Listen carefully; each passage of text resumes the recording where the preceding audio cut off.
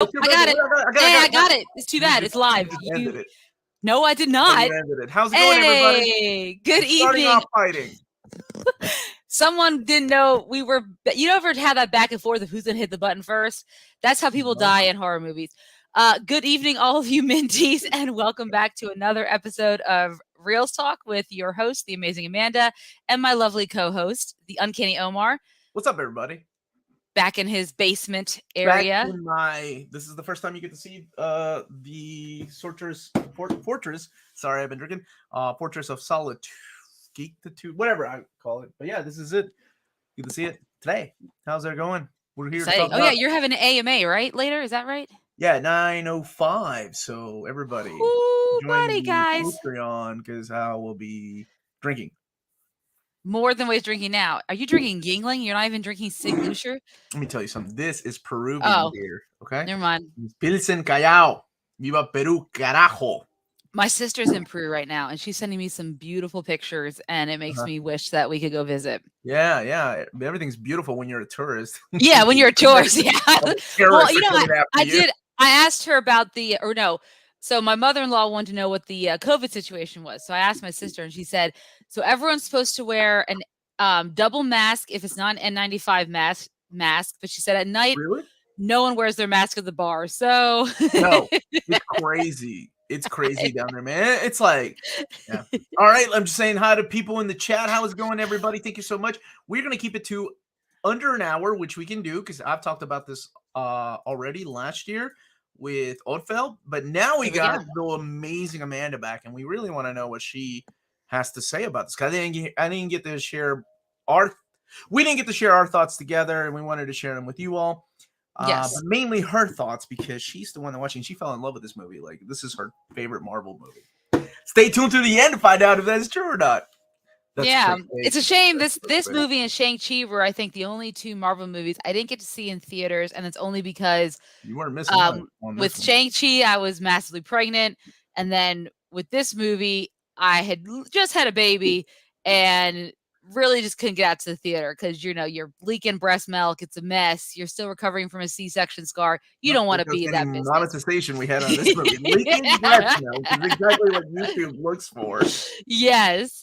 So really excited to get to talk about this. And, I think we could kind of do this as a was it really that bad? Because obviously when I was looking at the movie, how is it ranked across the board?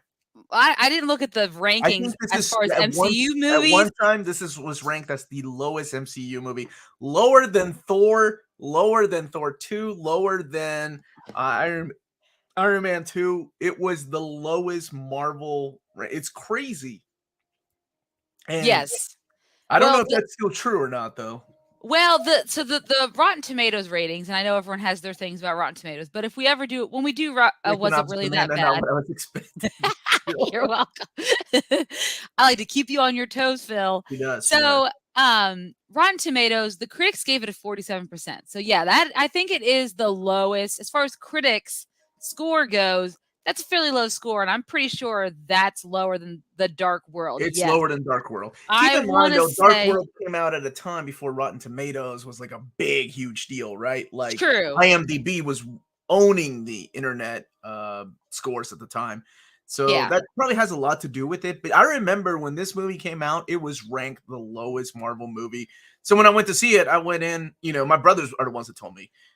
I was like, I don't think it's as bad as people made it out to be. But yeah, let's talk about it, Panda. What do you think?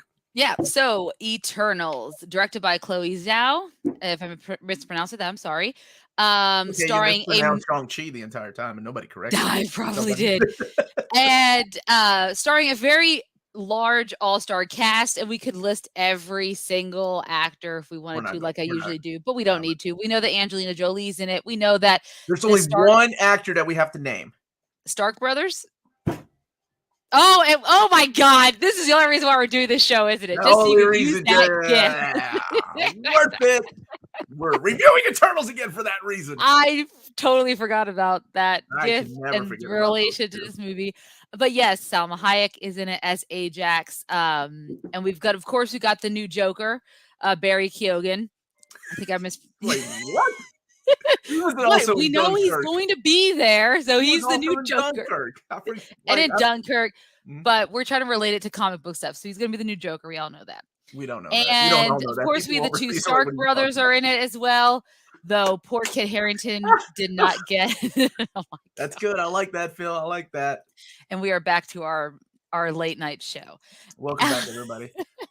And of course, one of my favorite actors, Kumail Nanjiani, from Silicon Valley, which Yep. if any of you have seen Silicon Valley, that's pretty much where I think that's where I know him from. That's where I would say he's gotten his start. Martin Starr was in that as well. And that is one of my favorite shows. It's gone now because it, had its seasons, lived it out on HBO, and it's over. But he got to start there. It was fantastic. And now he got all buffed up for this role and learned some Bollywood dancing. For no reason at all. His power was to shoot guns. Why'd you get all jacked up, man? Anyway, so Amanda, let's hear an Amanda synopsis in 5 minutes. There's really a lot to talk about. Not a lot happens in this movie. It's kind of a drag. It's mostly a flashback. So in the movie, in the beginning, we learn about these people called the Eternals who show up in like 5000 BC when some cavemen that lady is pure natural, okay? There's no Silicon Valley going on there. So they show up when this crazy beast-like creature, which we later learn are deviants, goes and attacks some early men, if you will, in 5000 BC off of a coast. And they have this big old spaceship, and we come to find out that this whole group of the Eternals are sent there by a celestial called Arishem. So that was cool to get to see the Celestials in action, big screen, because you always see them in the comics, right?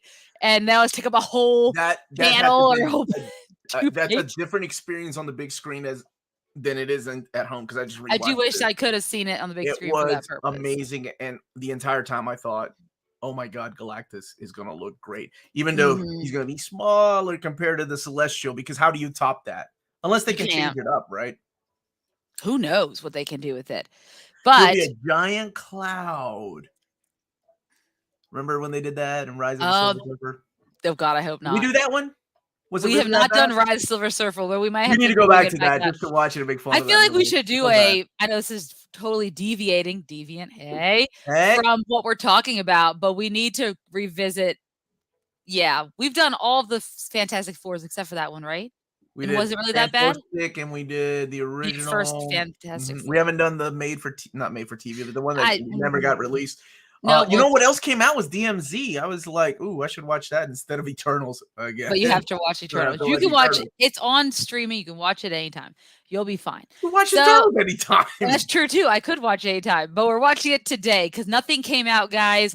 We're in a weird lull until the next thing, which is Moon Knight. Well, actually, next week is Halo, so we may review Halo if Uncanny Omar can get Paramount Plus. Wow, I'm really deviating here. So let's get. If I could hook you up. I think I may have that.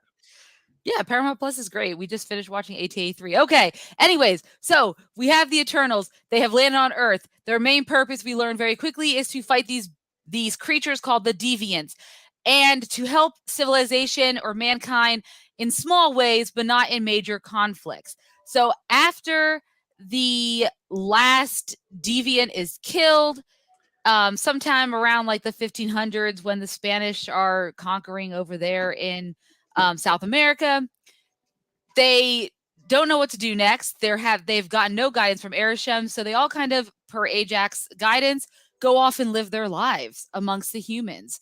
And then we go back to present day. We're introduced to Circe, who's our main character for this movie, and she is a professor working in the British, I'm assuming it's the British Museum in London, and her boyfriend is Dane Whitman, played by Kit Harington, looking absolutely fabulous.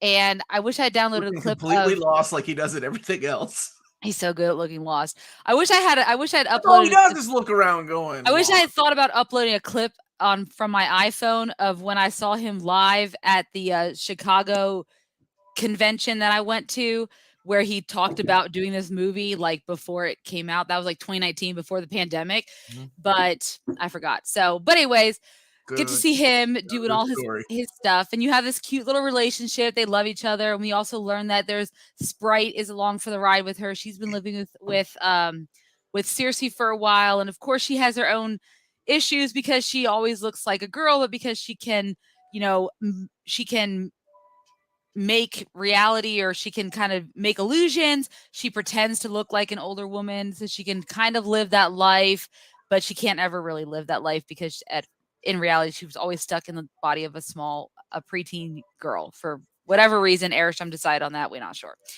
And so after Dane's birthday party, they're going back home, and they're attacked by a random deviant, which they thought were all gone. And of course, Circe has to then expose her powers to Dane, who already had an idea, and he thinks she's a wizard like Doctor Strange. So that's our first hint. We're in and of course they talk about the blip. So you get those hints of we are post blip. People know about the Avengers. We're kind of shoehorning them into the story in some capacity. And of course, who should arrive but Icarus, her ex-boyfriend, played by Richard Madden, who also played Kit Harington's brother in Game of Thrones. Little it's cool to see series. Yep, little series, didn't go anywhere. We don't talk about it anymore on this channel.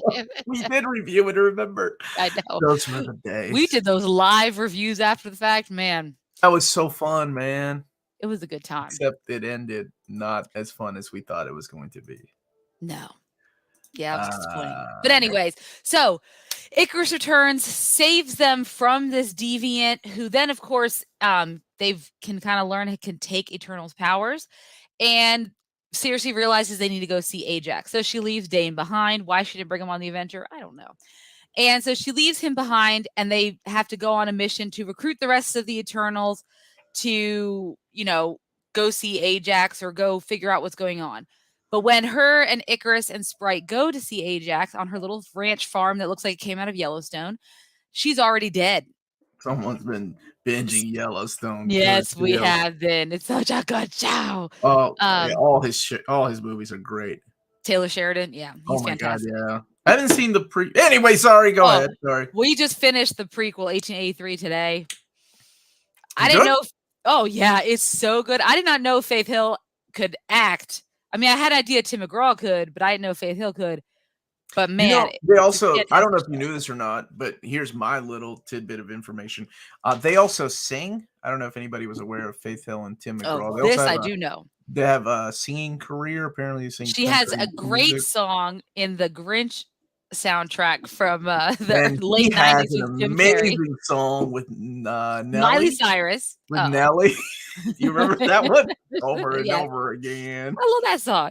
Of course you did. You're a product millennial? No, I wasn't going to go there. I don't know. I'm proud to be a millennial. I don't care. All right, anyways. All millennials are proud they're millennials. Yes, that's what we love to tell you about it. Yeah. It's like we live our lives like that. Anyways, so Circe apparently has been attacked by a deviant. Not Circe, Ajax, and she's dead.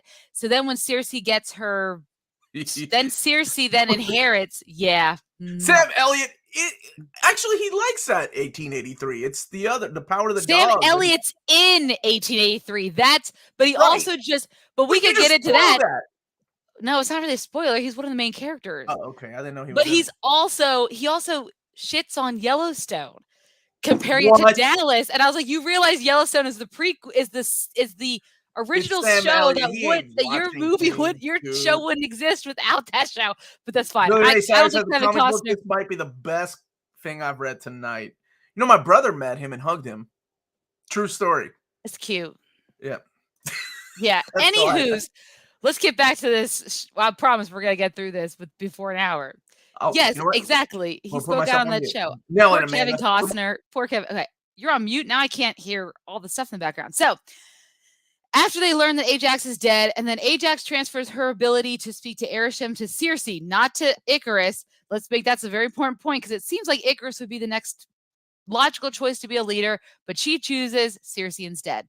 So of course that means Circe can now talk to Erisham, and the three of them decide they have to go conjure up the rest of the Eternals. Now, throughout this little quest to get the other Eternals on board to come figure out what's going on and how to stop these deviants that have apparently come back, we get a lot of flashbacks of beautiful scenery, of beautiful things that happen throughout history and different relationships. We learn about, I was going to say Mad Mardigan, but what is the thing that happens to them that Angelina Jolie's Thena gets again? Oh, Mad Weary. I'm sorry, Mad Weary, not Mad Mad Mardigan Mardigan. was Val Kilmer in Batman. Yes. That's all I said. So we learn about things like the Mad Weary, which because they've been alive for so long, their memories and stuff, they start to get jumbled and they start to go crazy, which we learn in a flashback starts to happen to Thena. And while Ajax wanted to erase her memories, Gilgamesh said, no, I'm going to take care of her, give her memories. I will be responsible for her, take care of her. So, of course, we get to Gilgamesh and Thena. I'm probably going out of order here, but they eventually meet all of them. We get to Kingo, who's now been a Bollywood star and just pretending that each generation is someone from his family, but it's really him because obviously they don't age. But he has a hand servant named Karun who's amazing, and he already knows the secret and everything like that, and he's on board, and he's a very awesome side character. But they get Kingo, recruit him to get the gang back together. They go ahead and get Gilgamesh and Thena, even though Thena has her ins and outs and her good days and her bad days. Who's the next person they get? They don't get Phastos until a little bit later, but then they have to go get Druig. And now Druig, we find out, he hates the fact that they can't interfere with humans and wishes they could help them because they watched them in the 1500s when they saw the conquistadors going after the Indian tribes of South America. He realizes that they could stop this if they wanted to, and he's mad they can't. So he uses his powers of mind control to stop the fighting, and he takes a handful of people. He goes off into the jungles of Brazil. I think that's where they were, never to be seen of again. But they end up going to his little safe haven spot where he controls his little population of folks. And we learn through this whole experience that he has no interest in, working with them again. He just has no real interest in being a part of the whole thing. However, then the deviants come, they attack them. We end up losing Gilgamesh. And then we come to learn, because Circe gets her own little, flashback, we learn about something called the emergence. And basically Arishem, yeah, go ahead. Oh, you're just waving to people? Oh.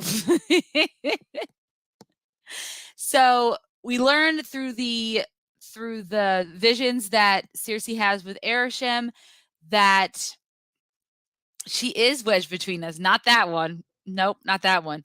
We learn very quickly that all of this is planned out, that the Eternals are put on these planets that the Celestials place a celestial that will be born, but they need these planets to grow and develop to a certain point where then these Celestials born, and they will then eat the planets and consume the planets, and they have to make sure they're ready. But of course, we learn very quickly that the blip or the snap that happened that Thanos did, where he decimated half the population for 5 years, kind of put a stop to the emergence because, well, they didn't have enough people to do the whole thing.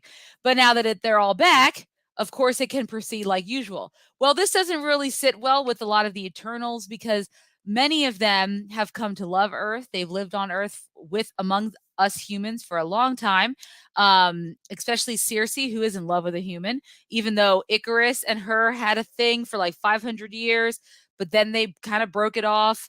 They get their sex scene that happens, the first sex scene in a Marvel movie, and he clearly still has feelings for her, but while she cares for him, she's kind of moved on because he did kind of leave her behind, and she went and found a new love. And you can kind of tell with all of his little weird things where he thinks when she says you're breaking up, and he says, oh, you're breaking up? And no, she said the service is breaking up because they're in the middle of a jungle in the Amazon. So because they know the emergence is happening, they decide to go find their last member of the Eternals group, and that is, oh, don't forget they found Makari too. I forgot about her. But they find Face Phastos, who is their techno whiz. Yeah. And that is played by Brian Tyree Henry. And he has made a life for himself with his son and his husband. And the reason for this is because he actually helped make the bombs that were used in Hiroshima and Nagasaki. Eternals proves that Thanos was right. It's true. And so he doesn't want to build anything anymore for humans except if it's fixing a bicycle for his son. However, they come a calling Circe and Icarus, and they ask him for his help, or Circe asks him for his help. And after his husband persuades him, he decides to go and help them. So then they go to their spaceship. They find the old spaceship that they were in, and they're working on a solution. And this is where we come to find out the big reveal.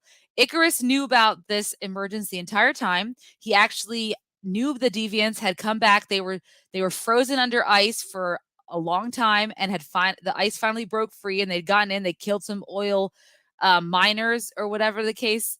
Yes. Are you still on mute this whole time? I'm impressed, Omar. I love your sign language as I'm doing this. And he went to Ajax about all this, and she talked about the emergence with him, and he realizes that she doesn't want to have the emergence happen either, but he feels like we need to do whatever Arishem says. So he ends up getting her killed. So he is responsible for the death of Ajax. He stages it, makes it looks like it's not his fault at all, that it's the Deviant's fault, but it's actually his fault. And once everyone finds out, of course, there's a little bit of a fight where he destroys whatever Phastos was trying to create, and he leaves. Sprite goes with him because she's been in love with him this entire time. And Kingo does make a cute little Peter Pan, Wendy, Tinkerbell comparison about their relationship, where she's Tinkerbell because she's kind of, around there, can never age, and we'll always be looking at the Peter Pan and Wendy relationship, which is Circe and Icarus. And so he goes off with them. Kingo leaves just because he decides that he loves Icarus and he respects him, but he doesn't know if he could go through the emergence because he has his own opinions about it. Because how can we let a celestial die to stop the emergence? Is that fair? So he leaves and just decides not to help out at all. So we're left with Thena, and of course Gilgamesh is dead. Thena and Phastos and Druig and Makari as our team to fight against Icarus and Sprite and this emerging celestial that is coming in the middle of the Indian Ocean.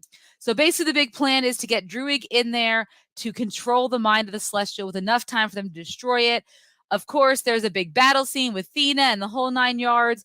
And eventually, after all said and done, they are able to defeat the celestial, and Icarus, in true form to his name, sad, leaves them and flies into the sun and kills himself. And then we, of course, now the celestial is gone, is over. The emergence is over. Thank you for all the hand signals for those who need those. And we get Circe back with Dane. They're having a whole conversation about it. And, she has little tidbits in there about him needing to connect with his uncle. And he's not quite sure why. But then she's taken by a celestial, by Arishem. And basically, the celestial takes all of them and said, you killed the celestial. We are going to spare the humans, but we're going to learn through your memories if they're worthy of that judgment or not. And he takes them and leaves. So then Dane, because he doesn't know what to do, he decides to try and he has this ancient relic, this black sword. And then there's like a random voice that says, are you really sure you're ready to use that? Which we all know later is Blade. Yeah, and then there's also another end credit scene that actually happens before that, where we are introduced to Pip, played by Patton Oswalt. Yeah, he's really good at it. And we get to meet Thanos' brother, Star Fox, played by my sister's favorite person in the entire world, and that is Harry Styles. Speaking of Dunkirk, we were just talking about how she had seen that movie several times in theaters because she loves Harry Styles so much. And that's it. That's the movie. And lots of beautiful imagery. Whoa, look at you, man. That has to be a record breaker. And that has to be the longest I've ever been quiet on this show. Ever. That's record breaking. That is a record breaker. I had some stuff to put in here. Tapping into my Mercari like my inner Makari, because Yeah, she was Makari. like, yeah, she was great. I liked her. Yeah, I liked her a lot. Yeah. There were things that I did enjoy about this movie, but I had a lot of issues with it. Was A it lot of this? issues. He was one of my biggest issues. But him in general, or how they treated his character? I just don't understand the point of his character. I actually found Thank you. Okay. his manservant funnier than him. Oh, Karoon was excellent. Yeah. Mm-hmm. Seriously, like Yeah. his quips were better than that guy's quips. Mm-hmm. It wasn't. Yeah, Well, they the basically movie had to was. make it. You're doing your synopsis really reminded me with one of the biggest issues of this movie, and it was just all over the place. Flashbacks, and we're in the present time. Beautiful scenery, absolutely Gorgeous. beautiful scenery. Like some of the best Yes. that I've ever seen for a Marvel movie. And it's one of those things that I remember everybody was the way they were hyping this movie up is going to be the most different Marvel movie you're ever going to see. End of the day, it's still a Marvel movie. That Yeah. crappy CGI deviants. Yeah, they did look to me. The deviants were very run of the mill. Like you've seen those creatures before in other things, right? Absolutely, you have. There were not a lot of originality to the characters, which is, I know Chloe Zhao's, this isn't her wheelhouse, right? Like her directing is it's all about the but it's directing. okay. But it's okay to take chances with people like that because remember, like Yeah. in the past, Marvel had done that with other Marvel movies. They had taken independent directors. They taken horror. What they did with James Gunn. And James Gunn. I mean, he had a few things under his belt, but she did get the Nomadland was job like, before she yeah, had an Oscar, though.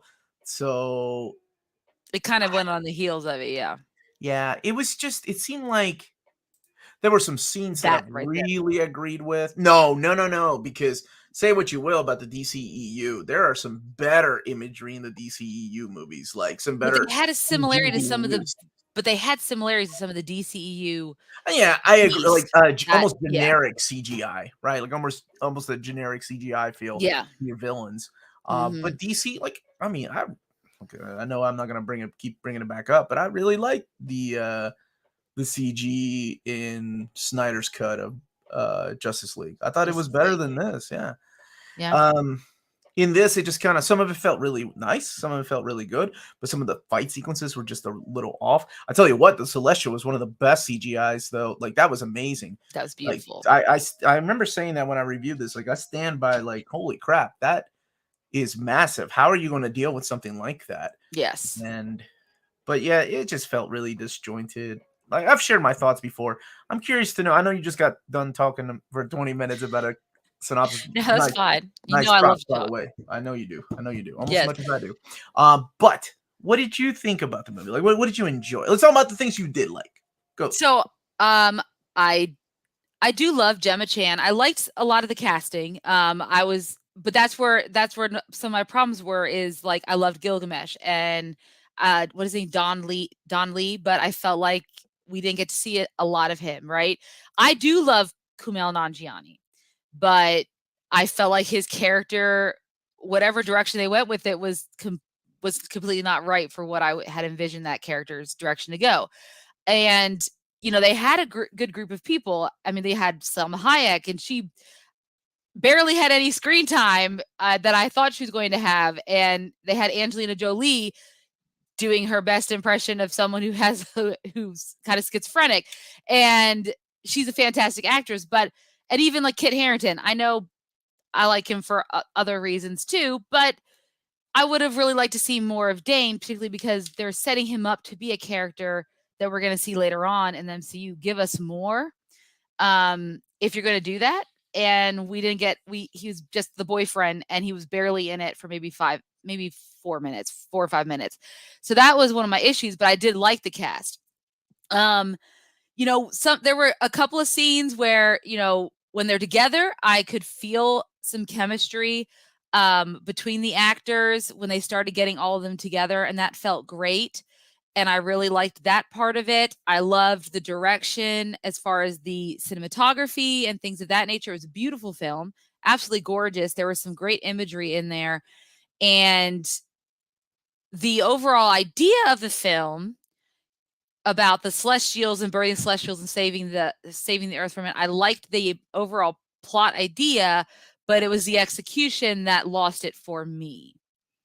And that's where I stand on that, if you want me to keep going.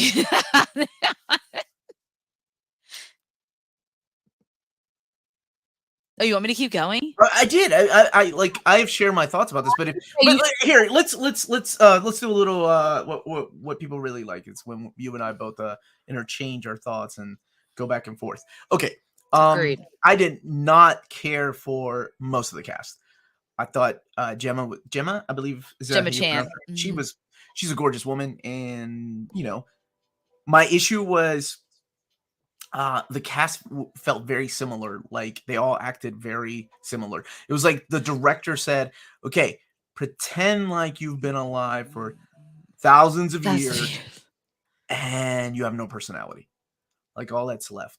Like I like Fastos. I thought his story was really cool, but they didn't. Well, he was one of my enough because he showed up. Like, why would you choose to live a life? Like that's the thing that I kept asking in the theater. Like, this is such a cool concept. Here's a guy that's been living around for thousands of years. The rest of them refuse to, set roots down with human beings because they know they'll outlive them and they'll die. But he decided to have a child with another man, and I thought that was, it's a beautiful story. Like love conquered everything. Yes. Why is that guy? Like what? I mean, he was given 10 minutes. Maybe he shows up because I looked at the timer on my Disney Plus app. He shows up it's like we're all over an hour into the film, and he finally shows up over an hour.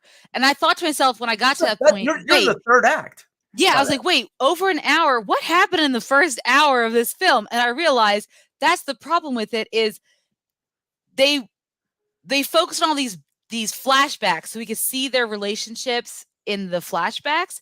But did we need those flashbacks to see the relationships? Could we not have written it so that we could see the relationships throughout what's happening in present day? So we could have got more of their present day stories. Because even with like Gemma Chan's character, clearly, while she doesn't fully integrate herself like he did into human culture, she still has an appreciation and loves it. The fact that she's dating a man who is human, right?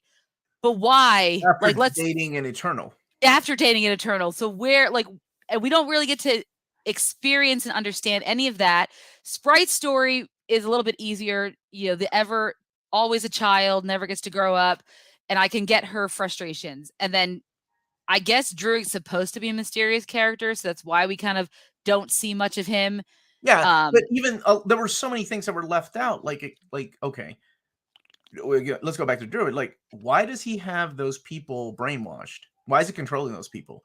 And on top of that, why didn't any of the good guys go, hey, Druig, this is messed up. You should give people free will, remember? Like, we're the good guys. Nobody questioned that. And I felt like that kind of sums up the whole movie for me. Like, there were a lot of unanswered questions, and a lot of that has to do with the big cast. I mean, we're talking 10 people in a cast, 10 people that you've never seen in a previous MCU. The beauty of the MCU is that one thing sets up the next, right? Yes. One thing, but you had never seen any of these characters before. It's not like Nick Fury came together years ago and went, hey, you guys are Eternals. You want to form a team? They're not popular characters either in the comics, so they're not in the Zeitgeist that people would just be aware of who they are, right? So they need some backstory. I will be 100% clear on that. Like, I have always owned up to the fact that I've never been a fan of the Eternals. Jack Kirby's Eternals, whether in the, when he started out in the 70s, when he came back to Marvel, or in the 80s when they relaunched him, or even Neil Gaiman couldn't get me interested in the Eternals. It wasn't until really, was it Kaufman Brothers that, I think it was the Kaufman Brothers that did it. And then Gillen's run has been really good. It's been a lot of fun. But it's just, to me, I went into it going, okay, here's the boring part of the Marvel universe. Let's see what the MCU can do. Let's see them have fun with it, right? They were able to give us, like, I had no faith in Guardians of the Galaxy. I went in with the lowest expectations to Guardians of the Galaxy after seeing that trailer, and I ended up loving it. And I know Guardians of the Galaxy is one of those movies that's, divides the fans. People hate it and some people love it. With this, but it's a tight movie. You cannot argue that. This really could have used some editing, and I said the same thing editing. But then again, I said the same thing about Batman, and people look at that; it's a masterpiece. The Batman, I'm sorry. Oh yeah, I know what you're talking about. And there is some beautiful imagery. Don't get me wrong. I think a lot of it though goes overlooked. Like the garden scene, I don't think there's been a prettier scene in an MCU movie than the gardens of Babylon. Or is that the Hanging Gardens of Babylon, right? That Yeah. scene was so beautiful. From Civ, if anyone watches or plays Civ. The Hanging Gardens. That's where the Hanging They're Gardens one of the wonders of the world in Civ. No, they're a real thing, Amanda! Not from the Civ game. Anyways, no, it's gorgeous. I actually had those pictures, but I didn't upload them. But yeah, there's beautiful imagery.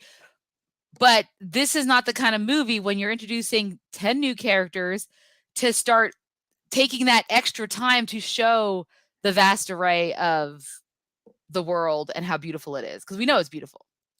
Yeah, they didn't seem to explain, other than the fact that you are supposed to believe these people have been around for a long time, and this is what happens when you've been around for a long time. You're just bored, right? By the way, I've said it before and I'll say it again. This had the weirdest, for an artsy movie, this had one of the most lamest sex scenes, because first of all, you have the power of flight and you have two beautiful people together. You could have really made this into a beautiful sex scene. And I keep going back to Swamp Thing, which I think has the best description of a sex scene ever. But I mean, if you're going to be artsy about it, then let's be artsy about it and keep it like it was just so awkward. They had their clothes on, they were grunting, and I remember I took my daughter to see it, and she's like, "Poppy, what are they doing?" And I said, "Nothing." Clearly, nothing. This is not how people camp. It just felt weird. I do have to give them props though. I mean, this is the most diverse cast, but it's also the most underutilized cast I've ever seen in an MCU movie for such a big cast like this. Would they have been better off limiting how many Eternals they were going to use? I mean, do they necessarily? They had already cut her, right? Like she wanted to use more. Apparently, I remember when Oddfellow and I did the review. She said that she originally wanted to use more, and they said no, we can give you 10 because that's already a big cast, and it is that's huge. And it's a huge cast, and going back and forth, and the secrets, and because how are you supposed to get their connect with their stories when you have so much? I do appreciate the secrets and the twists and turns. Like I really thought the idea. That's what I said. The plot's great. We've seen a Superman type go bad before. Yes. Very, very often. And, yes. And that was pretty cool. The idea that the Celestial just wants to use us as fuel. Also cool, and lots of plot holes, but whatever. Still pretty cool. Yes. It was just a lot of the issues with where the story was going and how slow it was. Watching this the second time, I thought, this is the second time I've seen it, right? First in the theater, I reviewed it, and I'm like, well, maybe I'm being harsh. My brothers both really loved it, and I'm like, I gave it a 6.5. Watching it the second time around, I found more issues with it than the first time, and I'm like, damn, I don't want to be negative about something. We had just done reviewing Batman. I gave Batman a 6.5, which is the same thing I gave Eternals. But going back and rewatching this, I don't know. You feel like your original review has changed?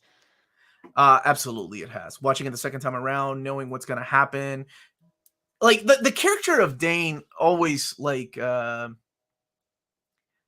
I think that's another character that kind of best summarizes this whole movie, which is you have the character of Dane, who at the very beginning is not shocked at all that, he's been dating this girl that's been around for thousands of years. There's monsters. Yeah, that could be because he has a secret. He could be the Black Knight. Could be that, hey, we live in a world post Endgame. Thanos. We have it's okay that monsters are around, right? Yeah, could be that. A raccoon hung out for 5 years, with the Avengers. I mean, a talking raccoon. Come on.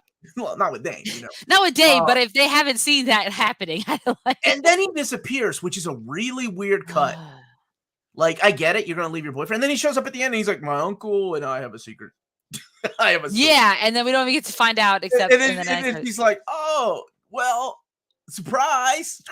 And this could be, it could be the case of where, Marvel told Chloe, you need to, kind of how when I think during Avengers Age of Ultron, I remember Josh Whedon talking about how they told him you need to fit this, this, and this into your film. And then everyone's complaining about Age of Ultron and how it wasn't as good as the first one, right? Well, you can't ever replace the first Avengers because it's the first time they meet up. It was perfect, right?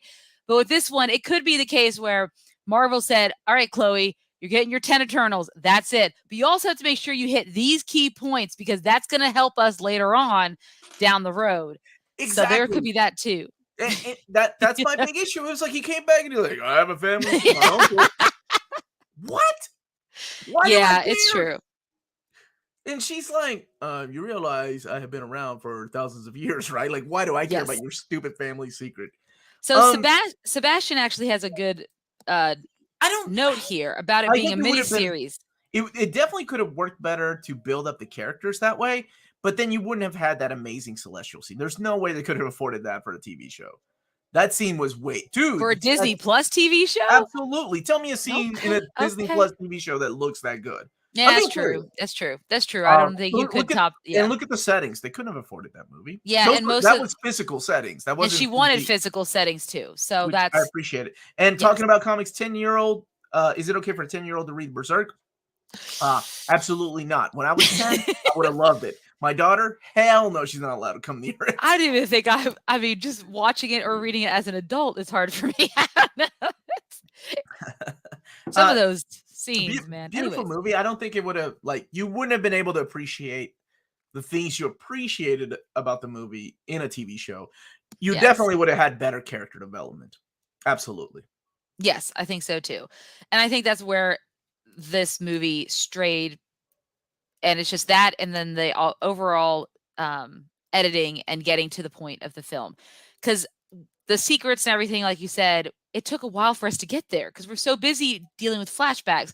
I would have rather if they just didn't have any flashbacks. I get it. We want to see that they were part of some of these amazing parts of our history, but we get it already, right? The beginning told us they've been here since early man. We get it. Like they've been here for a while. Y'all keep bringing up Logan. Logan didn't know no goddamn celestial. Yeah, whimsical Kang. Really pretty though to look at. Yeah, it was awesome. Okay. Yeah. But think about how much they spend in a game, though. Oh, I'm sorry. I'm drinking. Carry on, Amanda. No, I was just saying it could have done. They could have done without all the flashbacks, tightened it up, or given more time to the stories and made them fit better into the plot where they would be going in on their little hunt. Because even with the Avengers, I mean, think about it. Mark Ruffalo's character, we are just to assume, we don't get a backstory on the whole. We don't get backstories. It's all everyone comes together and then we fight the big bad at the end.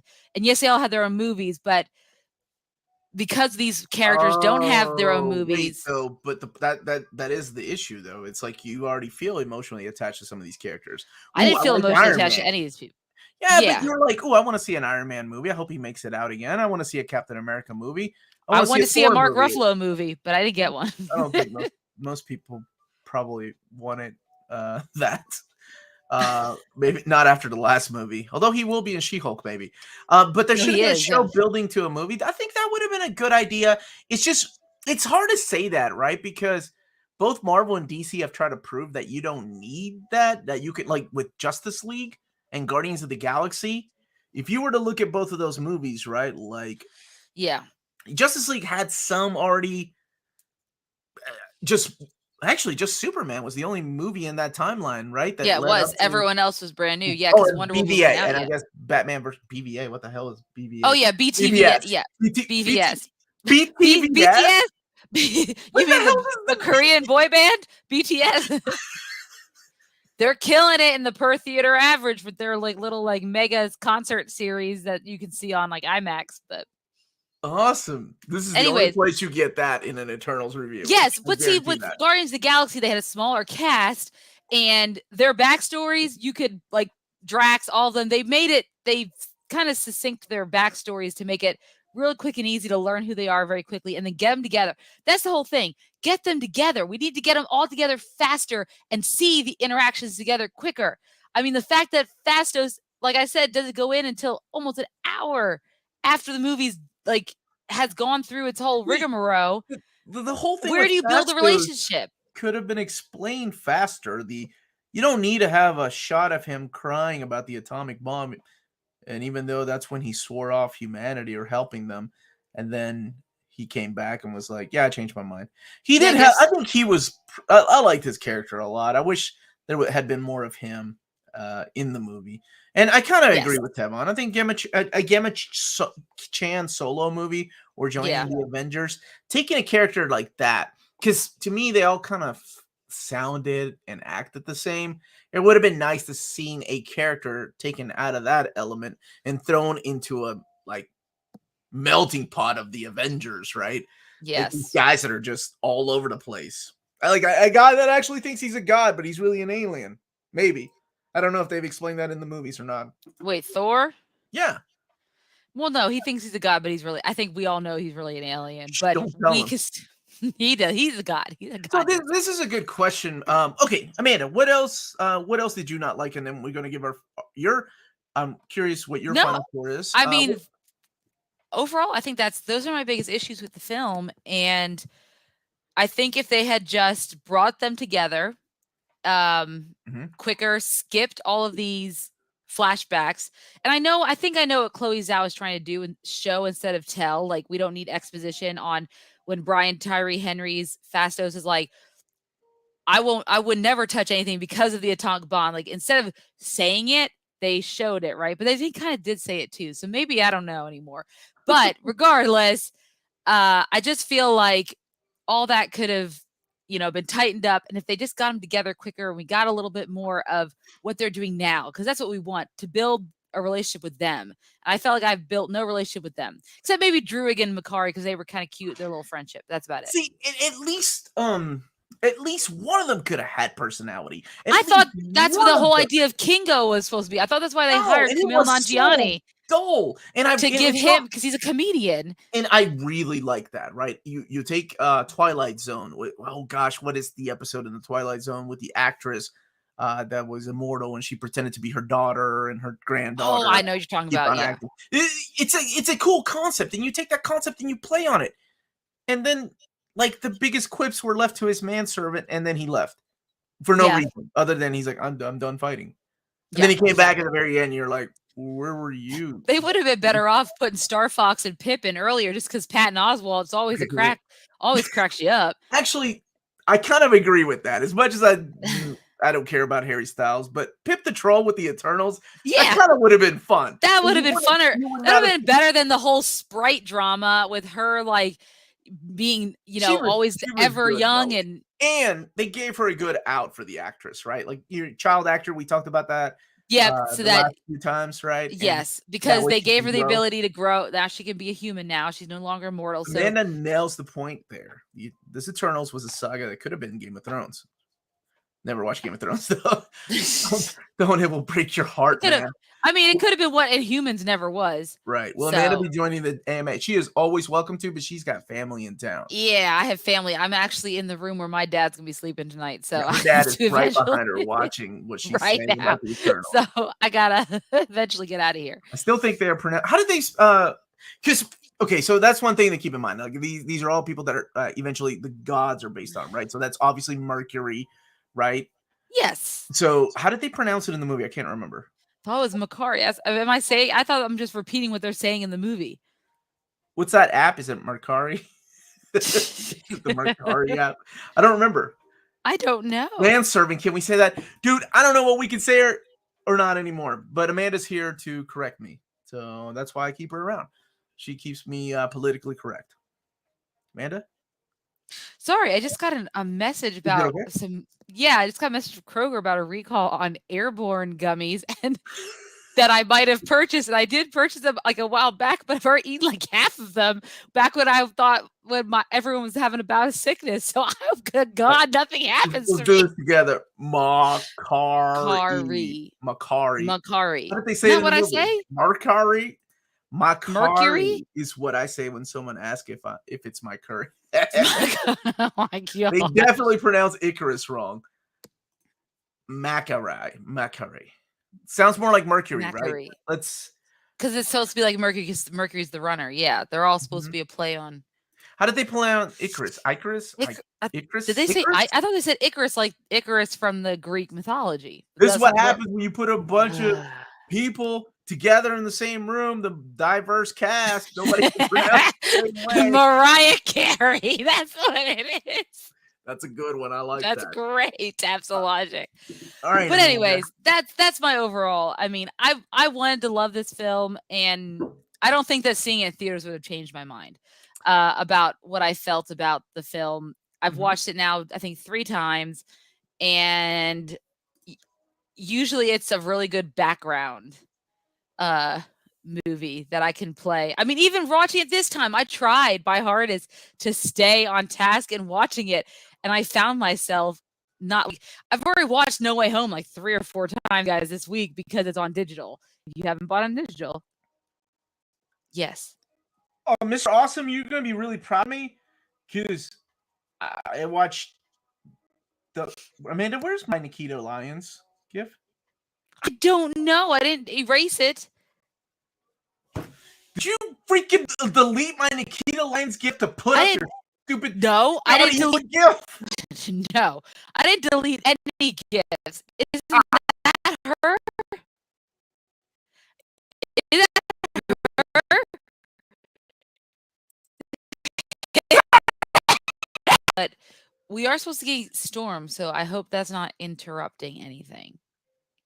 Now Frozen. Why Frozen? Newhouse Internet Blues. YouTube's telling us it's time to end. Lagging like a mug. Stream getting chopped and screwed. Okay, let's see here. I got full bars on my internet. So you said we're back now. I still see us live.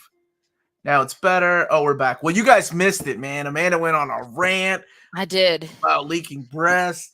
It was the best rant ever, and she compared it to Makari. I did not. Okay, Omar, would you change your rating from the last time you rated it? Yeah, I think this is probably 5.5. It's not, honestly, it's not as bad as people made it out to be. It's definitely a lot better than Thor Lost World. No, Thor Dark World at least had Tom Hiddleston, and he makes up 90% of that movie. Like, this is better than that movie. I'm sorry. Okay. What would you yes. Thor Dark World? But you have Tom Hiddleston's Loki in it, and his quips, and that just kind of smooths it over. And plus, you get Mew Mew. There's a name I haven't seen for a long time. What's up? Are you serious? That lovely lady. I mean, I can't do it. I can't do it, but I want to. Look at my boy JT. 9.5 out of 10 for me. My favorite MCU film. Okay, what did you give Dark World? Did we do I don't know. We'll have to go.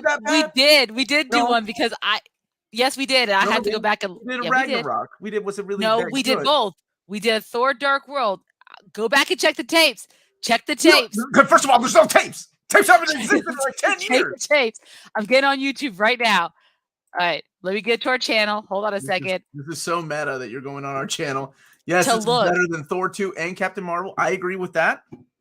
I agree that I also think this is better than Ant-Man.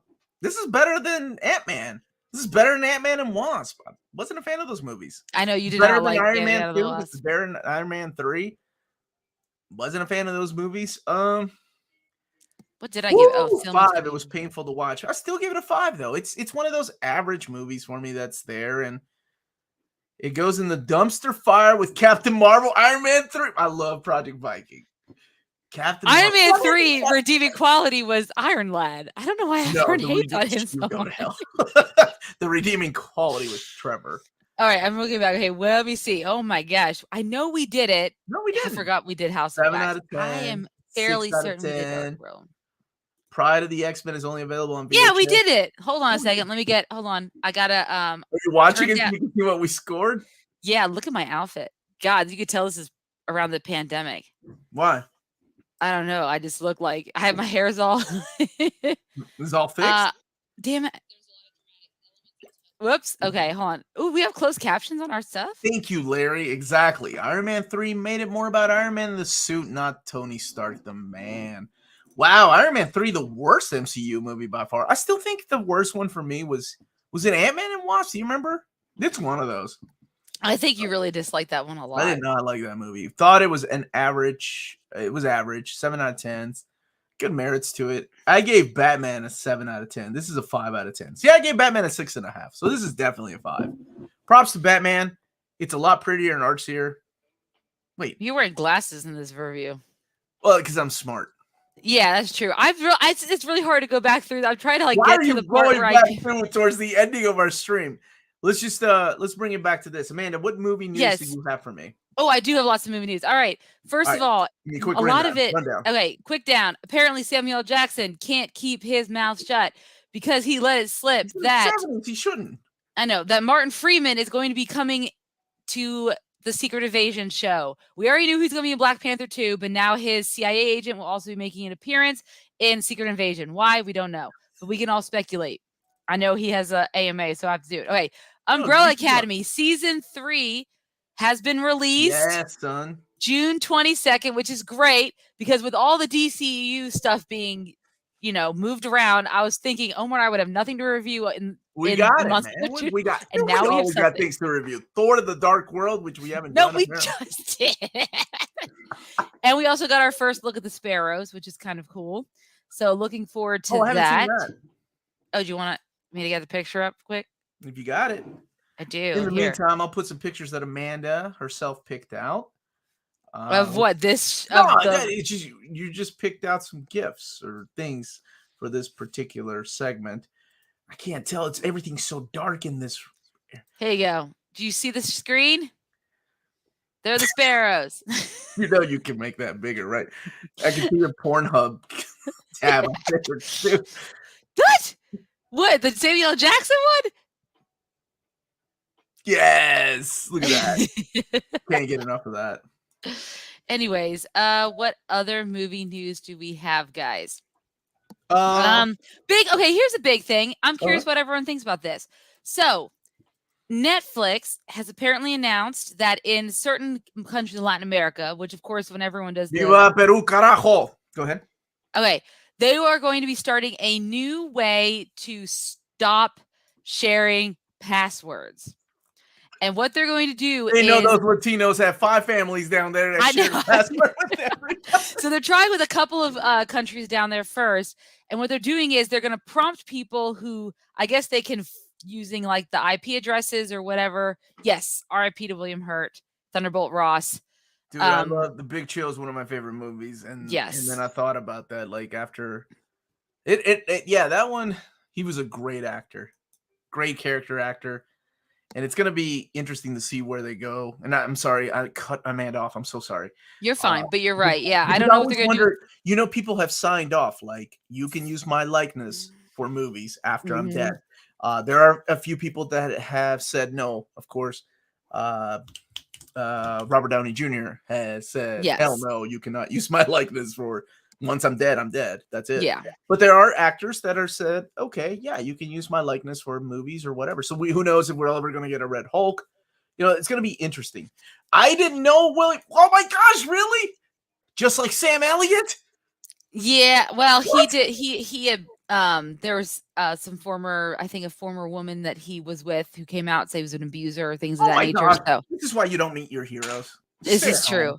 So anyways, let's talk about Netflix because that's interesting. So they are doing a new test where they can let a primary account holder pay additional fees for users that are outside of their households. And this is an attempt for them to limit or stop password sharing, which, I'm going to be honest, would suck for me. That's not going to stop. That's not going to stop. Because the parents that are downstairs are the parents that I say. Hey, man, your mom's one's got my Hulu account. I mean, I'm on your mom's. And so, and that's because according to the terms of service, you cannot share your account with someone beyond your household, right? So obviously you create profiles for everyone within your household, but you should not be sharing it with people who are not in your household. So they are trying to do this limited test run where they're going to try to get these people to pay like an additional $2.99. Not these people, Latinos. They're going after Latinos first. What's up they with are, because at first I thought it was happening here, but then I read it's going to be Peru, Costa Rica, and Chile. Oh, look at dude, they know Peruvians. So what they're going to do is an extra member is going to be $2.99 in United States dollars, $2.99 an extra person. In United States dollars, you could just said U.S. dollars. Yes. Cool. Yeah, and they're saying it's though they can add more original content. To which I reply, well, you could just stop making so many Adam Sandler movies. Maybe that would help. Whoa, shots fired. Amanda, 2 items worth mentioning. The Amazon MGM merger. Oh, that'll be interesting. Was finally approved. Netflix crackdown and partial monetization of illegal password sharing, which she just did. So Amazon MGM merger, I just heard about.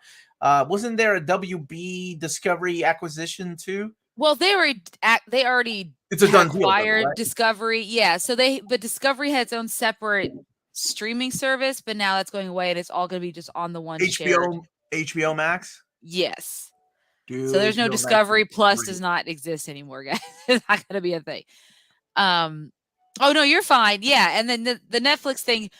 Right now, it's only in a few countries. Yeah, we need to cancel Netflix for being racist towards us. I am interested why they decided to choose those countries in particular. I'm gonna be interested when they start going after Peruvian last names in America that are sharing the passwords. Because guess what, we are. Yeah, and so basically. They're trying it out. They're working to see if it's something that they think people would actually pay for. And Jeff Bezos will own everything at some point. Jeff Bezos is going to be that dude in Don't Look Up. I think that is the guy that he's supposed to be mimicking. Yeah, of course it is.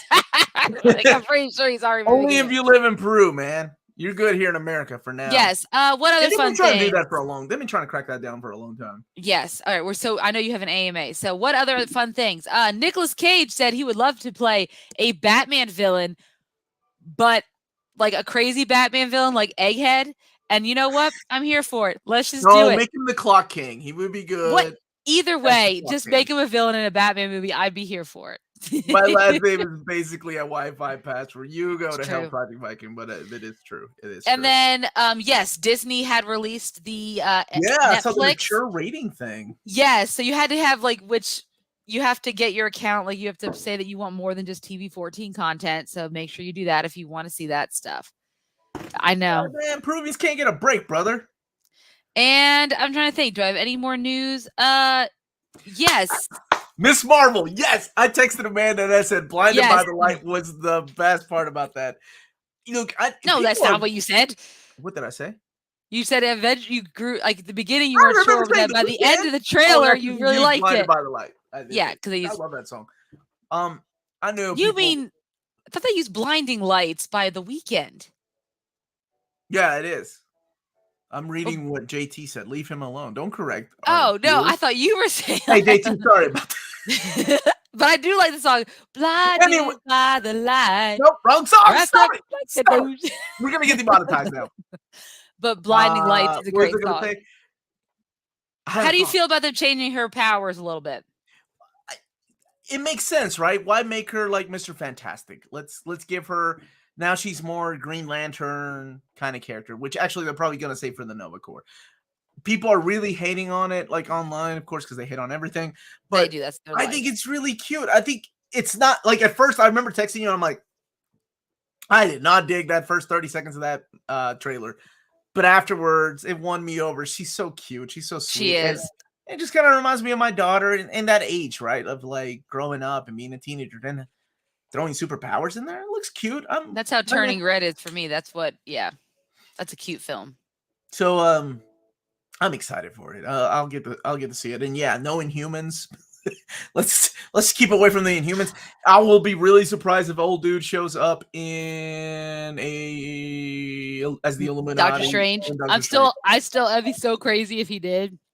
That'd be insane. Cool, but where's my gosh darn She-Hulk trailer? That's coming. Nick Cage will be bookworm. So I'm guessing if this is here's what's interesting about this. So when I did the math with the number of Obi-Wan episodes of Ms. Marvel, so there's going to be a crossover where we're going to have Obi-Wan and Ms. Marvel on the same day because Obi-Wan comes at the end of May. Going to have to be made.